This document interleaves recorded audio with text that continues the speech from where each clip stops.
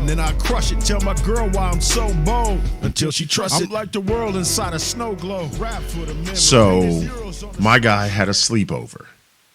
Like 3 kids, right? Which is fine. They all come over. They want to hang out. They're 12-year-old boys. There's like a den, right? We like to call it a movie room because it's got movie posters everywhere. But that's in the house. So that's where they like to chill out, right? We have a nice sectional there. There's a big old huge bean bag. So you go in there and it's a frat house, a 12-year-old frat house. That's the most accurate statement. There's, instead of beer cans, there's soda bottles and, plates with chips on it and empty bags of potato chips. And at one point, somebody DoorDashed Arby's, which is something that I need to be paying attention to because evidently they did it at 1:30 in the morning and I never heard the door, which means that maybe... Okay, that's whole nother story. Anyway, the moral of the story is the next morning, people started to leave, right? And one kid was left over. One kid stayed. He stayed most of the day, and then he went to, a football game with us, and he sort of became part of the family for that day. You when you're there during the sort of off hangout sleepover hours, you wind up having to run and do errands with the family. You wind up having to do a couple chores. Hey, at least wash your dishes. Things of that nature. Anyway, so we're all sitting in the living room and then we get to talking about growing up and experiences and all sorts of things. Now, I know this kid particularly because he plays on the football team that I coach. So I see him daily. Good kid. I like him. He's hey, Ramsey, let's do a handshake. Let's get a personal handshake just for us. He's that kid. So welcome. Come on over. So we start telling stories about the 12-year-old growing up. What antics did he do? What things did he do? He crashed his bike at one point. We had go-karts. He wrecked a go-kart into a car tire. He was dancing around in a tutu. He tried to run away multiple times. All of the things that he did. Now, one story leads to the next story, and then the next story, and then the next story. And I start to realize, yeah, I got a resume. We did some things. Some things happened. Well, the kid, the visitor, the guest, the week-long sleepover guy makes a comment, wow, you guys did a lot of stuff before you moved here.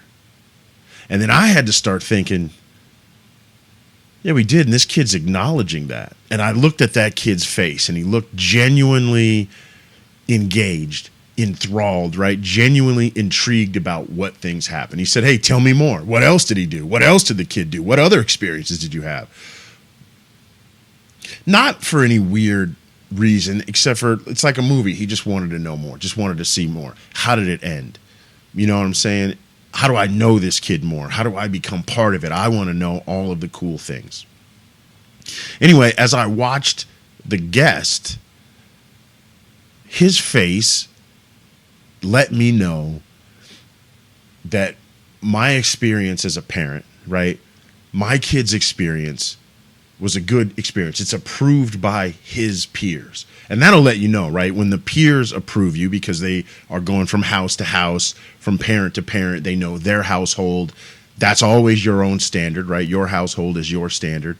They understand that, and then they understand all these other kids and what they're going through. And then so they sort of, as anybody, right? They sort of rank, are you in the approved category or the disapproved category, right? If my guy was in rehab and I punched him in the face and he had all these horrible stories, the response is, that's unapproved, right? That nobody in my community is doing that. No kids are experiencing those things. So now my guy gets moved to the unapproved category, right? And the kid will let you know just with a disappointed look, or I don't hang out with him that much. But the fact that this visitor wanted to stay, wanted to participate, and wanted to listen meant to me, my experience, my kid's experience is peer approved. And at this stage, that's pretty much, that's the gold standard, right? Is he included in the group? Do the kids think of his story as something cool, as something to aspire to. Well, I have to provide that, right? He crashed his bike. He was about 5. He rides down the hill to my house and loses the brakes, runs into a berm, falls off the bike, cries a little bit. I go running down there. Hey, chill out. It's all good. It's going to be fine. That's a story.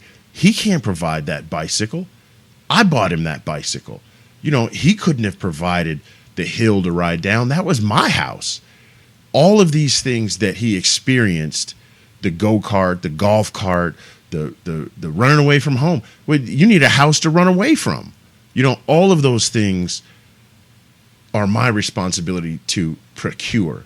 They're my responsibility to get. And then my reaction is going to set the tone for his sort of experience in life. So not only is my job to get him all the things and to expose him to these things, it's to set the reaction to either to discipline or happiness or difficulty in order to bolster his confidence.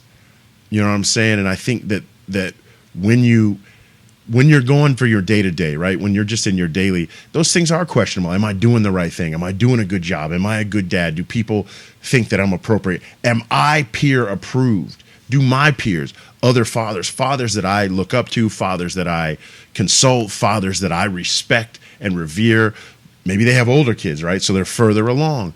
Do those people approve of my parenting, of my fatherhood? And that's a real question, right? And it sort of took me by surprise, I guess, the reaction that I had just to this kid's sort of visual, right? Just to his facial expressions. I think I am doing a good job. I think I am doing it right. I think I am moving forward. I have a lot of insecurities about being a stepfather, especially that the kid's father's in their life, albeit he does exactly only what the court says him to do, and there's no real extra effort there. So and as they get older, it's a very tenuous and sparse relationship. It's a relationship that doesn't lend itself to a high level of intimacy between the kids and the father. And even with that, I'm still the stepfather. Even with that, they don't call me dad, they call me Ramsey, which is completely fine, right? But I still struggle with that level of insecurity. Am I doing it right? Not do I measure up to him, but am I doing it right? And am I doing enough that they would consider me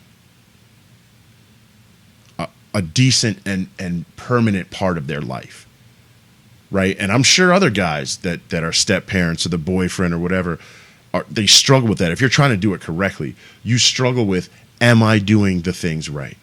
Right? We got to a point, well, when their mom introduced me to them, it was Mr. Ramsey, right? It was Mr. Ramsey. Eventually, I said, listen, you could just call me Ramsey if that's what you want to do. And so they went to that. And then eventually the relationship changed and there's a little bit more intimacy between me and the kids. And then the question comes up, what should we call you? Should we keep calling you Ramsey? And I had that conversation, a real conversation with the kids. I said, well, what is it that you want to call me, right? There's a ton of options. Dad, some kind of nickname, Pop, Ramsey, dude, whatever it is that you're thinking. And I pose the question to them, what is it that you want? So choose what you want. Particularly personally, I never wanted to be called dad because I felt like for me, it was too much responsibility. Like I'd rather give you everything and not risk disappointing, not promise anything, than promise you something, hey, I'm your dad, and then run the risk of disappointing them, right? Like I'd rather give more than I offer than offer more than I'm giving. So I never said that, right? But I'm comfortable with them calling me by my name continually rather than having to figure out some other title. I think what they wanted was the freedom and the access to call me some paternal name. And in the end, they never wanted to. They just went along with my first name, and it is what it is, and where everybody's happy with it. But they had access to it. And I've never told them, and I don't think their moms ever told them, that I don't particularly care for it, being called dad. If they wanted to, then I just would have gone with it and figured it out. It is what it is. That's the sacrifice. But like I say, I think them having the access to having that term is all that it is that they wanted. I think the 15-year-old used to text, I've said this before, and go, hey, where are you? And I'd go, hey, I'm right down the street. I'm on the way home. And I'd get there. She's texting me like it's an emergency. And when I get there, she doesn't have anything to say. And what she wanted was the access. Are you at home? Are you wandering around the house? If I have a question, am I able to access you and speak to you?